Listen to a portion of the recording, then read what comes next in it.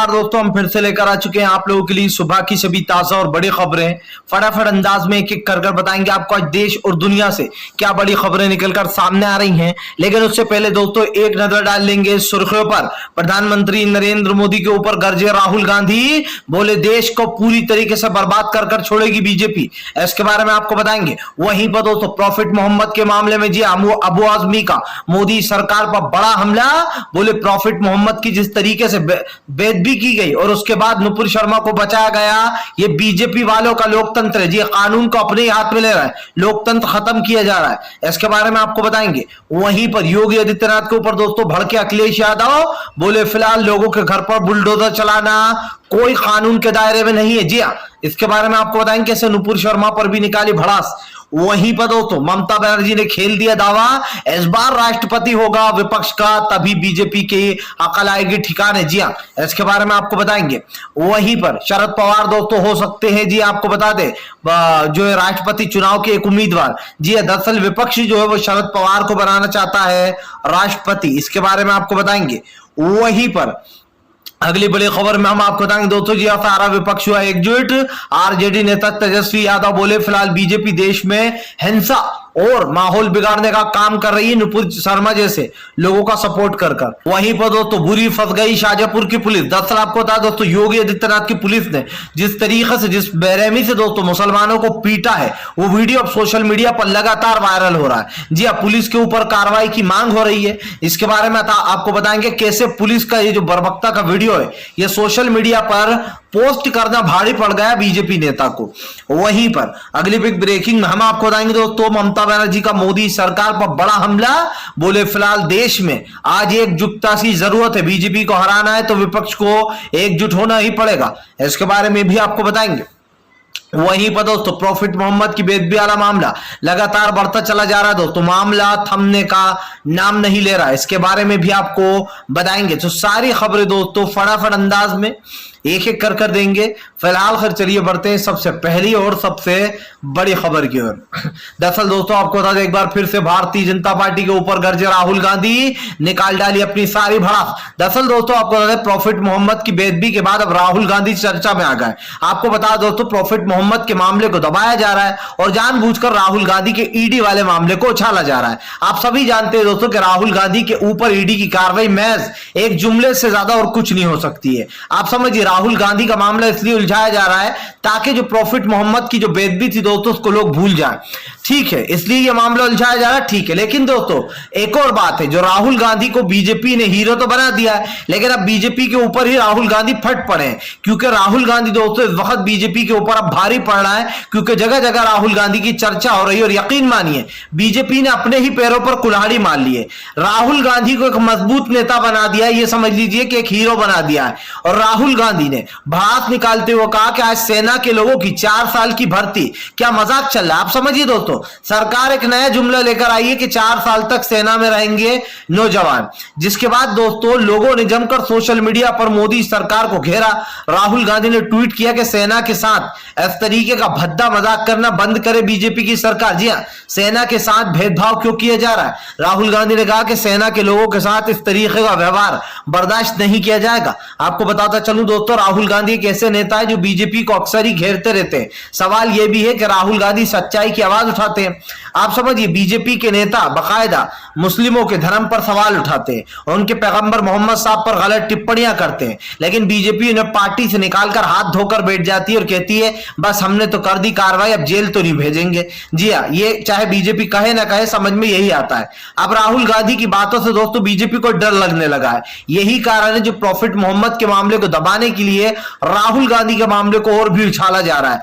फिलहाल चलिए बढ़ते हैं एक और अगली बिग ब्रेकिंग की तरफ। बता दोस्तों प्रॉफिट मोहम्मद की बेदबी पर भड़के अबू आजमी, बोले फिलहाल पहले मुस्लिम समुदाय के जो सबसे चहीते हैं दोस्तों पैगंबर मोहम्मद साहब, उनके ऊपर विवादित टिप्पणी करना ये कहां तक सही है। अबू आजमी ने बीजेपी के ऊपर हमला बोलते हुए कहा कि आजकल उत्तर प्रदेश की पुलिस ही कोड बन चुकी है। जी हाँ, तो फिर कोर्टों की कोई जरूरत नहीं है, सब में ताले डाल देना चाहिए अदालतों में। आपको बता दोस्तों असदुद्दीन ओवैसी के ही नेता है अबू आजमी, और ओवैसी के बाद अब अबू आजमी भी फट गए बीजेपी पर। उन्होंने बीजेपी के ऊपर फटते हुए कहा कि दरअसल भारतीय जनता पार्टी अपने आप को ही सर्वोच्चतम न्यायालय समझने लगी है। जी हाँ, पुलिस वाले अपने आप को ही दोस्तों आप समझिए जज समझने लगे, यही गिरफ्तार करते हैं, यही फैसले करते हैं और वहीं पर काम हो जाता है। अगर ऐसा ही चलने लगा दोस्तों तो आप समझिए देश की आधी आबादी तो यूं ही कम हो जाएगी, क्योंकि एक एक कर जिस तरीके से जेल में लोग मर रहे हैं, मारे जा रहे हैं या मर रहे हैं दोस्तों, आप समझिए उसके ऊपर कई सवाल उठ रहा है। जेल की कस्टडी में दोस्तों आप समझिए इसी साल में न जाने कितने लोगों ने दम तोड़ा है और पुलिस के ऊपर कई सवाल भी उठते हैं। सवाल यह भी दोस्तों कि आज जिस तरीके से मुसलमानों को गिरफ्तार किया जा रहा है, एक के बाद एक बड़ी गिरफ्तारियां हो रही हैं दोस्तों, ये सवाल के घेरे में है। क्या दोस्तों सिर्फ मुस्लिम समुदाय ही पत्थरबाजी करता है? आप समझिए जहां पर बेचारा मुस्लिम समुदाय पत्थरबाजी नहीं करता वहां पर भी उनको फंसाया जाता है कि इन्होंने पत्थरबाजी शुरू की है। सबसे पहली बात दोस्तों, अबू आदमी की ये जो बात है ये इसलिए भी है दोस्तों क्योंकि जावेद पंप का जिस तरीके से घर ढहाया गया है, जिस तरीके से बुलडोजर चला है दोस्तों, ये कार्रवाई सरासर गलत थी। इस कार्रवाई पर सवाल इसलिए भी उठेंगे दोस्तों क्योंकि आज जो सरकार कर रही है वो मामला दोस्तों समझ से बाहर जा रहा है। इसलिए भी जा रहा है क्योंकि आप भी समझते हैं कि आज देश का माहौल क्या बनाया जा रहा है। देश में कानून नाम की चिड़िया बची भी है या नहीं, अदालतों से आपको और हमें पूछना ही होगा। जी हाँ, आज जो सुप्रीम कोर्ट और हाई कोर्ट ने अपनी चुप्पी साधे हुए आखिरकार किसका डर है, ये सवाल पूछना होगा। आप समझिए अगर कोई अभी सुप्रीम कोर्ट के बारे में कुछ आलोचना कर दे या फिर हाई कोर्ट के बारे में कुछ आलोचना कर दे कुणाल कामरा की तरह, तो सुप्रीम कोर्ट के जज फौरन जाग जाएंगे कि सुप्रीम कोर्ट और हाई कोर्ट की आलोचना की जा रही है, ये बर्दाश्त नहीं किया जाएगा। लेकिन दोस्तों सुप्रीम कोर्ट और हाई कोर्ट अगर समझिए चुपचाप बैठा रहेंगे गूंगे बन के, तो फिर तो दोस्तों सवाल उठेंगे। जाहिर सी बात है कि कानून के ऊपर जिनका भरोसा है, अगर कानून संज्ञान अब तक नहीं ले रहा है और बाद में अगर मान लीजिए आप लोगों के कहने पर ले भी लिया, तो यही माना जाएगा कि लोगों ने जब इतनी आलोचना की अदालतों की तब कहीं जाके अदालतों के जज जागे हैं। वरना दोस्तों आप समझिए इस कार्रवाइयों पर तो तत्काल में एक्शन ले लेना चाहिए था। जो योगी आदित्यनाथ कानून को तोड़ते हैं और कानून को अपने हाथ की कठपुतली बना रखा है। चलिए बढ़ते हैं एक और अगली बिग ब्रेकिंग की तरफ। बता दोस्तों ममता बनर्जी ने बोला बीजेपी के ऊपर बड़ा हमला, बोले फिलहाल विपक्ष का एकजुट होना ही बीजेपी के लिए खतरे की घंटी। दरअसल दोस्तों ममता बनर्जी ने ऐलान कर दिया है कि फिलहाल विपक्ष एकजुट के साथ अपना राष्ट्रपति साझा कर उम्मीदवार उतारेगा। आपको बता दोस्तों दरअसल विपक्ष साझा करेगा कि किसको राष्ट्रपति के लिए और राष्ट्रपति उम्मीदवार उतारा जाए। हालांकि दोस्तों आपको बता दें सबसे पहले जिसका नाम सामने आ रहा है वो शरद पवार ही है। यह हम आपको लगातार 3 दिन से बता रहे हैं। इसलिए बता रहा है दोस्तों क्योंकि लगातार पार्टियां इस बात को डिनाई कर रही थी कि शरद पवार हैं, अब नहीं होंगे वो। लेकिन दोस्तों सबसे पहला नाम जिसका दिमाग में आता है वो शरद पवार भी है। शरद पवार इसलिए भी दोस्तों क्योंकि शरद पवार का एक बैकग्राउंड रहा है, उनकी राजनीति में दोस्तों कई उतार चढ़ाव आए हैं। जी हां, और उनकी राजनीति काफी जबरदस्त भी रही है। माना यह भी जाता है कि शरद पवार जो है दोस्तों वो कांग्रेस के काफी वफादार भी थे एक जमाने में। ऐसे में दोस्तों सोनिया गांधी उन पर काफी भरोसा करा करती थी। दोस्तों ये तो साफ दिखाई दे रहा है कि फिलहाल शरद पवार को जो विपक्ष के नेता चुनना चाह रहा है। इसके 2 कारण ये भी हो सकते हैं दोस्तों कि आज भारतीय जनता पार्टी को एक बड़ा झटका यहां पर लगेगा। पहली तो यह बात दोस्तों कि बीजेपी अच्छे से जानती है कि राष्ट्रपति के लिए अगर किसी और को चुना गया तो अब बीजेपी की चलेगी नहीं। बीजेपी दोस्तों रामनाथ कोविंद को जब से राष्ट्रपति बनाया था तो वो बीजेपी के हक में फैसले दिया करते थे। सबसे बड़ा सवाल यह भी कि क्या सिर्फ बीजेपी ही दोस्तों अच्छा काम करती जो बीजेपी के हक में बोला करते थे वो। और इसीलिए दोस्तों मैं बार बार ये सवाल उठा रहा हूं कि भारतीय जनता पार्टी का पूरी तरीके से जो है यहां पर कह सकते हैं कि गेम ओवर होने वाला है। इसलिए होने वाला है दोस्तों क्योंकि जब राष्ट्रपति विपक्ष का होगा तो बीजेपी ये समझ लीजिए दोस्तों कि एक हाथ से जो है यहां पर दोस्तों लूली हो जाएगी, क्योंकि एक हाथ से बीजेपी कुछ कर नहीं पाएगी। जी हाँ, आप समझिए दोस्तों जब 2 हाथ होते हैं तो इंसान ज्यादा ताकतवर होता है और यही कारण जो बीजेपी को कमजोर करने में लगा है विपक्ष, क्योंकि विपक्ष के पास एकजुटता है, पूरे वोट है, बस एकजुट रहने की जरूरत है दोस्तों। अगर किसी ने भी वोट इधर उधर किया दोस्तों तो फिर मामला बिगड़ जाएगा। लेकिन यही कारण है कि अब की बार राष्ट्रपति जो है दोस्तों शरद पवार को चुनने की बात चल रही है कि शरद पवार को जो है राष्ट्रपति चुना जाए। फिलहाल देखना यह होगा दोस्तों कि ममता बनर्जी की बातों में कितना दम है और क्या सच में राष्ट्रपति जो है यहां पर दोस्तों अब शरद पवार बनने वाले। क्या इस बार दोस्तों बीजेपी के साथ पूरी तरीके से खेला होने वाला है? क्या बीजेपी का पूरी तरीके से दोस्तों पर्दाफाश? क्योंकि इस बार राष्ट्रपति चुनाव में भारतीय जनता पार्टी को अगर मुंह की खानी पड़ गई तो यह समझ लीजिएगा दोस्तों कि फिलहाल बहुत ही अच्छा होगा, आधा चुनाव तो यूं ही जीत जाएगा विपक्ष। चलिए बढ़ते हैं एक और अगली बिग ब्रेकिंग की तरफ। बता दोस्तों अगली जो बड़ी खबर निकल कर आ रही है, अखिलेश यादव का बीजेपी के ऊपर बड़ा हमला। बोले लोकतंत्र की हत्या कर लोगों के घर पर बुलडोजर चलाना कहीं से भी उचित नहीं है। दरअसल दोस्तों आपको बता दें, अखिलेश यादव ने बीजेपी के ऊपर हमला बोलते हुए कहा है कि भारतीय जनता पार्टी जिस तरीके का काम कर रही है वो लोकतंत्र के हित में नहीं आते। आपको बताता चलूं दोस्तों, अखिलेश यादव ने योगी आदित्यनाथ के ऊपर निशाना साधते हुए कहा कि ये कौन सी कार्रवाई हो रही है, ये आज तक हमने देखा नहीं। अखिलेश ने कहा कि लोगों के घर पर बुलडोजर चलाकर, जी हां, बच्चियों को परेशान कर महिलाओं को घरों से निकालकर आखिर बीजेपी साबित क्या करना चाह रही है। आप समझिए दोस्तों, आज देश के कानून का मजाक बनाकर रख दिया। मैंने आज तक विदेशों में ऐसा कभी नहीं देखा दोस्तों कि लोगों के घर पर बुलडोजर चले हों भैया। यह पहला अपना ऐसा भारत देश है जहां पर इस तरीके की बेउर्बत की कार्रवाइयां हो रही हैं। इससे पहले कई लोग सत्ता में आए दोस्तों, अटल बिहारी वाजपेयी थे बीजेपी के, वो भी सत्ता में थे, लेकिन उनकी राजनीति काफी साफ मानी जाती है। सवाल यह भी है दोस्तों कि बीजेपी जो राजनीति कर रही है आखिरकार इसका अंजाम क्या होगा, क्योंकि आप समझिए जो पैगंबर मोहम्मद साहब की जो बेदबी की गई थी वो मामला पहले ही बढ़ता चला गया था। अब वो मामला जिस तरीके से बढ़ा था दोस्तों, उससे ये साफ दिखाया जा रहा है कि फिलहाल भारतीय जनता पार्टी को एक झटका लगेगा, और वो झटका काफी जोरों का लगेगा दोस्तों, क्योंकि बीजेपी जो कोशिश कर रही है, यकीन मानिए उससे कहीं ना कहीं बीजेपी को एक संदेश जा रहा है। मैंने आपसे पहले भी कहा है दोस्तों, फिर कहूंगा, भारतीय जनता पार्टी को बुरी तरीके से लताड़ रहे हैं इस वक्त अखिलेश यादव। हालांकि अखिलेश यादव ने राष्ट्रपति चुनाव की भी बात की। अखिलेश ने बताया कि जो दीदी कहेंगी वही होगा। जी हां, अखिलेश यादव ने ऐलान कर दिया कि राष्ट्रपति चुनाव में जो ममता दीदी कहेंगी वही होगा और उनका भी फैसला वही होगा। यानी कि दोस्तों विपक्ष एकजुट हो गया है। अब सवाल ये उठता है दोस्तों कि फिलहाल कांग्रेस किस तरफ जा रही है। जी हाँ, हालांकि बताया जाए आपको, मल्लिकार्जुन खड़से जो है वो भी इस मीटिंग में शामिल हुए, और ये माना जा रहा है साफ साफ महबूब मुफ्ती और जो है उनके समेत तमाम वो नेता दोस्तों जो विपक्ष के हैं वो सबके सब शामिल हुए। और ये माना जा सकता है दोस्तों कि अगर राष्ट्रपति दूसरा होगा तो कहीं ना कहीं विपक्ष के लिए आसान होगा दोस्तों, आप समझिए।